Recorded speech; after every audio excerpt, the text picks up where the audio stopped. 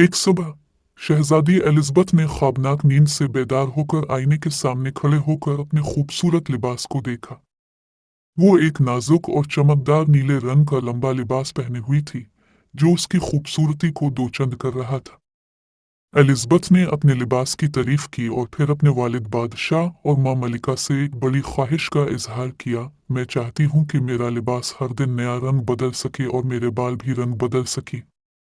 बादशाह और मलिका ने अपनी बेटी की ख्वाहिश सुनी और फैसला किया कि वो इस ख्वाहिश को पूरा करने के लिए किसी माहिर जादूगर से मदद लेंगे। उन्होंने एक मशहूर जादूगर से राब्ता किया, जिसने बताया कि इस ख्वाहिश को पूरा करने के लिए उन्हें दरिया के किनारे रहने वाली एक बूढ़ी जादूगरनी के पास जाना होगा। ये बूढ़ी जादूगरनी खास जादुई ताकत रखती है, शायद वो तुम्हारी ख्वाहिश पूरी कर दे, जादूगर ने कहा। बादशाह ने फौरन जादूगरनी को बुला लिया।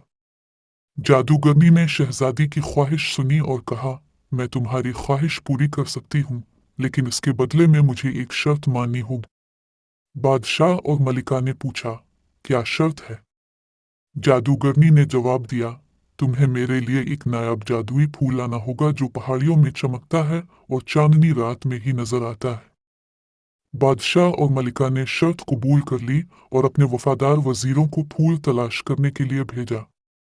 वजीरों ने सख्त मेहनत की और चांदनी रात में चमकता हुआ फूल तलाश कर लिया। जब वो फूल लेकर वापस आए तो जादूगरनी ने इसे कबूल किया और शहजादी की ख्वाहिश पूरी कर दी। शहजादी का लिबास अब हर दिन नया रंग बदलता था और उसके बाल भी मुख्तलिफ रंगों में चमकते थे। शहजादी एलिज़ाबेथ बहुत खुश हुई, लेकिन जल्द ही उसने जादुई लिबास का गलत इस्तेमाल शुरू कर दिया। उसने अपनी खूबसूरती को बढ़ावा देने के बजाय अपनी गुरूर, तकब्बुर और जिद को मजीद बढ़ा दिया। वो हर किसी को अपनी अजमत का एहसास दिलाने लगी और दरबार में उसकी जिद और घमंड की वजह से सब परेशान हो गए। एक दिन जादूगरनी ने शहजादी के गुरूर और जिद की वजह से सबकी मुश्किलात को देखा। जादूगरनी ने फैसला किया कि शहजादी को एक सबक सिखाने का वक्त आ गया है। उसने शहजादी के जादुई लिबास को एक खास जादू से बदल दिया, जिसकी वजह से शहजादी का लिबास बेरंग हो गया और उसकी खूबसूरती खत्म हो गई। शहजादी एलिज़ाबेथ ने अपने बेरंग लिबास और सादा हालत को देखकर बहुत मायूस हुई। इसकी सारी अजमत, गुरूर और जिद खत्म हो चुकी थी। इस तब्दीली ने शहजादी को गहरा अफसोस दिलाया और वो अपने पुराने रवैये पर पछता रही थी। शहजादी ने अपनी तमाम गलतियों का एहसास किया और समझ गई कि असल खूबसूरती दिल की होती है, ना कि लिबास की।